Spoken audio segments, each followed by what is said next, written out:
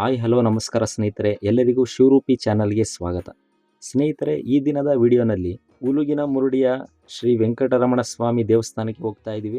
ಇದು ಕರ್ನಾಟಕದ ತಿರುಪತಿ ಸ್ನೇಹಿತರೆ. ಚಿಕ್ಕ ತಿರುಪತಿ ಎಂದೇ ಹೆಸರಾಗಿರುವ ಶ್ರೀ ಕ್ಷೇತ್ರ ಉಲುಗಿನ ಮುರುಡಿ. ಈ ಜಾಗಕ್ಕೆ ತ್ರೇತಾಯುಗದ ಮಾಂಡವ್ಯ ಮುನಿಗಳು ಮತ್ತು ಅಗಸ್ತ್ಯ ಮುನಿಗಳು, ಹಾಗೆ ತ್ರೇತಾಯುಗದ ಶ್ರೀ ರಾಮದೇವರು, ದ್ವಾರಕ ಯುಗದಲ್ಲಿ ಪಾಂಡವರು ಬಂದು ಹೋಗಿರುವಂತ ಪುರಾಣ ಪ್ರಸಿದ್ಧ ಇರುವ ದೇವಸ್ಥಾನವಾಗಿದೆ. ಮೈಸೂರಿನಿಂದ ಈ ದೇವಸ್ಥಾನಕ್ಕೆ ಹೋಗ್ತಾ ಇರುವಂತದ್ದು ಬೇಗೂರು ರಸ್ತೆಯಲ್ಲಿ ಮೇನ್ ರೋಡ್ ಪಕ್ಕದಲ್ಲಿ ನೀವು ನೋಡ್ತಾ ಇರಬಹುದು. ಹಲವಾರು ಪ್ರವಾಸಿಗರು ದಾರಿ ಮಧ್ಯದಲ್ಲಿ ಫೋಟೋ ತಗೊಂತಿರೋದು ನೋಡಬಹುದು. ನೀವು ಈ ಕಡೆ ಬರ್ತೀರಾ ಅಂದ್ರೆ ಒನ್ ಡೇ ಟ್ರಿಪ್ ತುಂಬಾ ಚೆನ್ನಾಗಿರುತ್ತೆ ಸ್ನೇಹಿತರೆ. ದೇವರು ಪರಂಜ್ಯೋತಿ ಮಂಡ್ಯದ ಲಿಂಗಯ್ಯ ನಿಮ್ಮ ನೆಮ್ಮಿದೆ ಭಕ್ತರನ್ನು ಕಂದನಂತೆ ಕಾಯ ದೇವಾ ಸಿದ್ದಯ್ಯ ಸ್ವಾಮಿ ಬನ್ನಿಯೇ.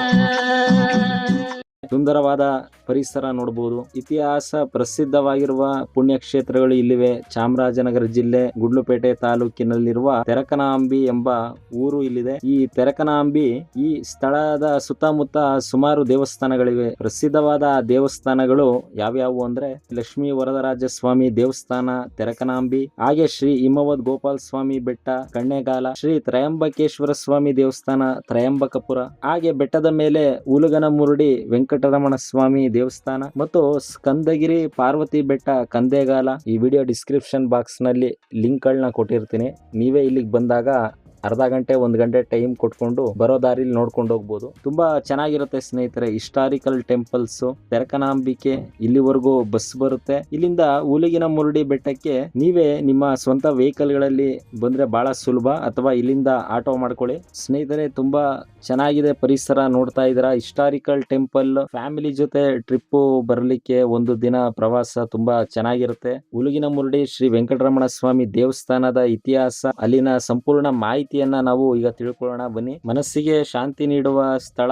ನೀವು ಒಂದ್ಸಲಿ ಬಂದ್ರೆ ಖಂಡಿತ ನೀವೇ ಮತ್ತೆ ಬರ್ತಿರ್ತೀರಾ. ಸಂತೋಷ ತರುವಂತ ಪರಿಸರ, ರಸ್ತೆಗಳು ಚೆನ್ನಾಗಿದೆ, ಹಾಗೆ ಬೆಟ್ಟ ಕೂಡ ನೋಡ್ತಾ ಇದ್ದೀರಾ ಬಹಳ ಸುಂದರವಾಗಿದೆ. ಇದೇ ಬೆಟ್ಟ ನಾವೀಗ ಹತ್ತುತ್ತಿರುವಂತದ್ದು. ಮೊದಲೆಲ್ಲ ಈ ಬೆಟ್ಟದಲ್ಲಿ ಹೆಚ್ಚಾಗಿ ಹುಲಿಗಳಿದ್ವಂತೆ, ದಟ್ಟವಾದ ಕಾಡು ಆಗಿತ್ತಂತೆ ಸ್ನೇಹಿತರೆ. ಮುರುಡಿ ಎಂದರೆ ಥಿಕ್ ಫಾರೆಸ್ಟ್ ಅಂತಾನೆ ಹೇಳ್ಬೋದು. ಹಾಗೆ ಹುಲಿಗಳು ಹೆಚ್ಚಾಗಿದ್ದರಿಂದ ಉಲುಗಿನ ಮುರುಡಿ ಎಂಬ ಹೆಸರು ಬರ್ಲಿಕ್ಕೂ ಕೂಡ ಕಾರಣವಾಗಿದೆ. ಈ ಬೆಟ್ಟಕ್ಕೆ ಹುಲಿಗಾದ್ರಿ ಅಥವಾ ವ್ಯಾಘ್ರಾಚಲ ಎಂಬ ಹೆಸರು ಇರುವಂತದ್ದು. ಇದಕ್ಕೆ ಕಾರಣವೆಂದರೆ ಅಗಸ್ತ್ಯ ಮುನಿಗಳು ಈ ಸ್ಥಳಕ್ಕೆ ಬಂದಾಗ ವ್ಯಾಘ್ರಾಸುರ ಎಂಬ ರಕ್ಕಸನು ಅವರಿಗೆ ಕಿರುಕುಳವನ್ನ ಕೊಡ್ತಿರ್ತಾನೆ. ಇದರಿಂದ ಕೋಪಗೊಂಡ ಅಗಸ್ತ್ಯ ಮುನಿಗಳು ಆ ರಕ್ಕಸನನ್ನು ಹುಲಿಯಾಗುವಂತೆ ಶಪಿಸುತ್ತಾರೆ. ಆದ್ದರಿಂದ ಈ ಸ್ಥಳಕ್ಕೆ ಹುಲಿಗಾದ್ರಿ ಎಂಬ ಹೆಸರಾಯಿತು. ದಕ್ಷಿಣ ಶೇಷಾದ್ರಿ ಅಥವಾ ಉಲುಗನ ಮರಡಿ ಕ್ಷೇತ್ರವು ಇದು ತಿರುಪತಿಯ ಭಾಗವೇ ಆಗಿದೆ ಸ್ನೇಹಿತರೆ. ಕಲಿಯುಗದ ಪ್ರತ್ಯಕ್ಷ ದೈವ ಸ್ವಾಮಿ ಇಲ್ಲಿ ನೆಲೆಸಿದ್ದಾರೆ. ತಿರುಪತಿಗೆ ತೆರಳಿ ತಿಮ್ಮಪ್ಪನ ದರ್ಶನವನ್ನು ಪಡೆಯಲಾಗದವರು ಉಲುಗಿನ ಮರಡಿಯ ಶ್ರೀ ವೆಂಕಟರಮಣ ಸ್ವಾಮಿ ದರ್ಶನವನ್ನ ಪಡೆದರೆ ತಿರುಪತಿಗೆ ತೆರಳಿದಷ್ಟೇ ಪುಣ್ಯ ಲಭಿಸುತ್ತದೆ ಎಂದು ಹೇಳುತ್ತಾರೆ.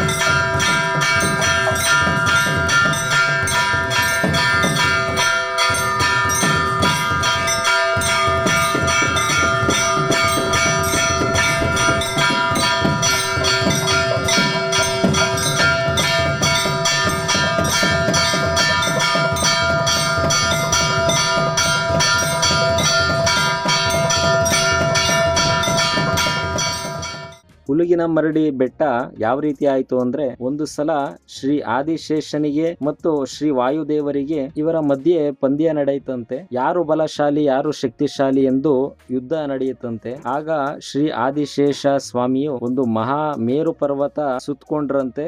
ಆಗ ನನ್ನನ್ನು ಸಡಿಲಗೊಳಿಸು ನೋಡೋಣ ಎಂದು ಆಗ ಶ್ರೀ ವಾಯುದೇವರು ಜೋರಾಗಿ ಗಾಳಿ ಬೀಸಿದಾಗ ಗಿರಿಗಿರ ಎಂದು ಜೋರಾಗಿ ತಿರುಗಿ ಭೂಮಿಯ ಮೇಲೆ 2 ತುಂಡಾಗಿ ಬಿದ್ದು, ಆ ಒಂದು ತುಂಡು ಈಗ ನೀವು ನೋಡುತ್ತಿರುವ ದಕ್ಷಿಣದಲ್ಲಿ ಮತ್ತು ಇನ್ನೊಂದು ತುಂಡು ಉತ್ತರದಲ್ಲಿ ಮುರಿದು ಬಿದ್ದ ಬೆಟ್ಟವೇ ಶೇಷಾದ್ರಿಗಿರಿ ಬೆಟ್ಟ, ಅದೇ ತಿರುಪತಿ ಬೆಟ್ಟ. ಇಲ್ಲಿ ದಕ್ಷಿಣದಲ್ಲಿ ಬಿದ್ದಿರೋದನ್ನೇ ನಾವು ದಕ್ಷಿಣ ಶೇಷಾದ್ರಿ ಬೆಟ್ಟ, ಚಿಕ್ಕ ತಿರುಪತಿ ಅಂತ ಕರೆಯುತ್ತಾರೆ.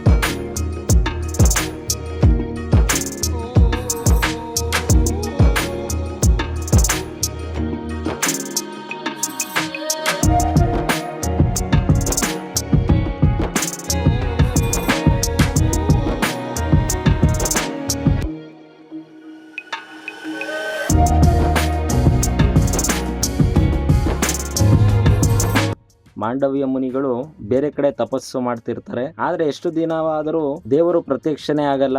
ಆಗ ಯಾರೋ ಬಂದು ಹೇಳ್ತಾರೆ, ನೀವು ದಕ್ಷಿಣದ ಈ ಶೇಷಾದ್ರಿಗೆ ಹೋಗಿ ತಪಸ್ಸು ಮಾಡಿ ಅಂತ. ಆ ಮಾತುಗಳನ್ನ ನನಗೆ ತಿಳಿಸಿದ್ದು ಸ್ವತಃ ಶ್ರೀ ಶ್ರೀನಿವಾಸ ಸ್ವಾಮಿಯೇ ಎಂದು ಅವರು ಗೊತ್ತಾಗುತ್ತೆ. ನಂತರ ಅವರು ಈ ಸ್ಥಳಕ್ಕೆ ಬಂದು ತಪಸ್ಸು ಮಾಡ್ತಾರೆ. ಆಗ ಸ್ವಾಮಿ ಪ್ರತ್ಯಕ್ಷ ಆಗಿ ನಿನಗೆ ಏನು ವರ ಬೇಕು ಅಂತ ಕೇಳ್ತಾರೆ. ಆಗ ಮಾಂಡವ್ಯ ಮುನಿಗಳು, ನೀವು ಶ್ರೀದೇವಿ ಮತ್ತು ಭೂದೇವಿ ಜೊತೆಯಲ್ಲಿ ಇಲ್ಲಿ ಬಂದು ನೆಲೆಸಬೇಕು ಅಂತ ಕೇಳ್ಕೊಂತಾರೆ ಮುನಿಗಳು. ಹಾಗಾಗಿ ಶ್ರೀ ಶ್ರೀನಿವಾಸ ದೇವರು ಶ್ರೀದೇವಿ ಮತ್ತು ಭೂದೇವಿ ಸಮೇತವಾಗಿ ಈ ಜಾಗದಲ್ಲಿ ನೆಲೆಸಿರುತ್ತಾರೆ.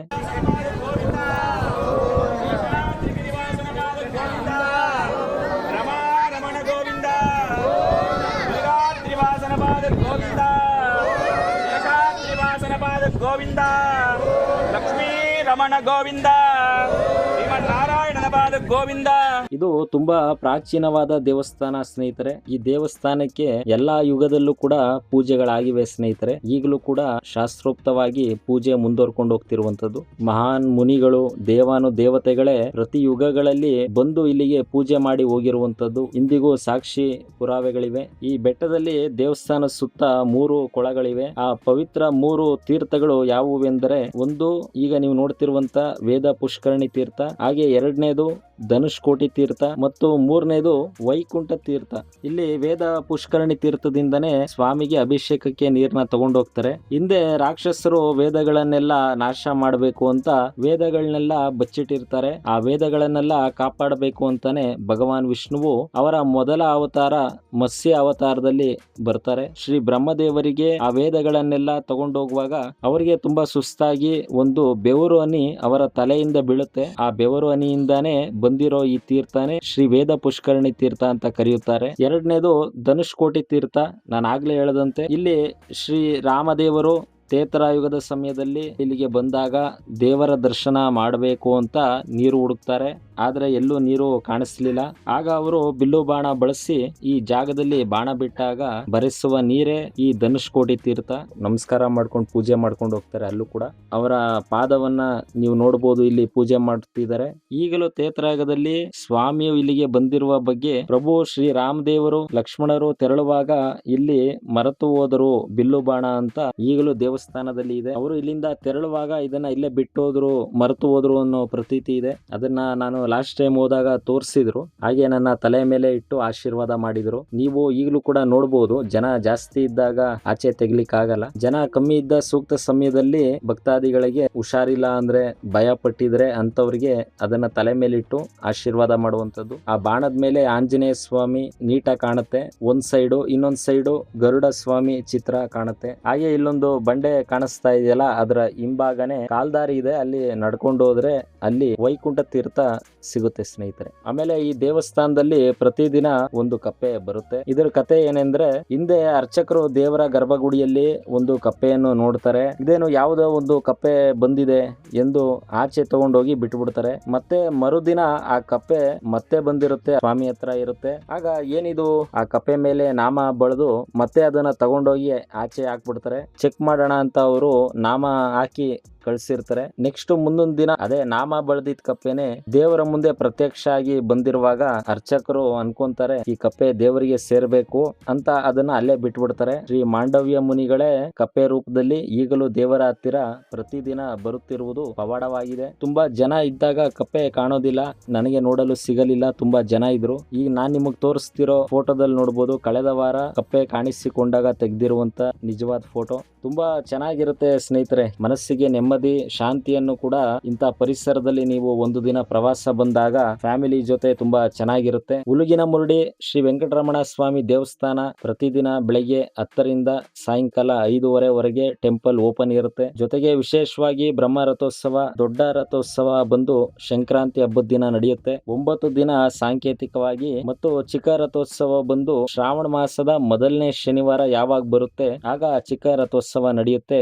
ವಿಶೇಷವಾಗಿ ಅಭಿಷೇಕ ಕಲ್ಯಾಣೋತ್ಸವಗಳು ಇಲ್ಲಿ ನಡೆಯುತ್ತವೆ. ಪ್ರತಿ ಶನಿವಾರ ಬಂದ ಭಕ್ತಾದಿಗಳಿಗೆ ಪ್ರಸಾದ ವ್ಯವಸ್ಥೆ ಇರ್ತದೆ. ಏನೇ ಬರವಾಗಿದ್ರು ವ್ಯವಸ್ಥೆ ಮಾಡ್ಕೊಂಡು ಬಂದ್ಬಿಡಿ, ಏಕೆಂದ್ರೆ ಬೆಟ್ಟದ ಮೇಲೆ ಎಲ್ಲವೂ ಯಾವಾಗ್ಲೂ ಸಿಗಲ್ಲ. ಈಗಲೂ ಹುಲಿಗಿನ ಮುರುಡಿ ಬೆಟ್ಟವನ್ನು ಏರಿ ಶ್ರೀ ಶ್ರೀನಿವಾಸ ಸ್ವಾಮಿಯ ದರ್ಶನವನ್ನು ಪಡಿತಾರೆ ಸಾವಿರಾರು ಭಕ್ತಾದಿಗಳು. ಈಗಲೂ ಸ್ವಾಮಿ ಕೇಳಿದ್ದನ್ನು ಕೊಡುತ್ತಿದ್ದಾರೆ. ಆರೋಗ್ಯ, ಸಂಪತ್ತು, ಐಶ್ವರ್ಯ ಹಾಗೂ ದೀರ್ಘಾಯುಷ್ಯವನ್ನು ಕರುಣಿಸಿ ಆಶೀರ್ವದಿಸುತ್ತಿದ್ದಾರೆ ಸ್ವಾಮಿ. ನೋಡಿದ್ರಿ ಸ್ನೇಹಿತರೆ, ಬಹಳಷ್ಟು ವಿಷಯಗಳನ್ನ ತಿಳ್ಕೊಂಡ್ರಿ. ಈ ವಿಡಿಯೋ ಇಷ್ಟ ಆಗಿದ್ರೆ ಈ ವಿಡಿಯೋಗೆ ಒಂದು ಲೈಕ್ ಮಾಡಿ, ಈ ವಿಡಿಯೋವನ್ನ ಎಲ್ರಿಗೂ ಶೇರ್ ಮಾಡಿ. ಪೂರ್ಣ ವಿಡಿಯೋ ನೋಡಿದ್ದಕ್ಕಾಗಿ ಧನ್ಯವಾದಗಳು.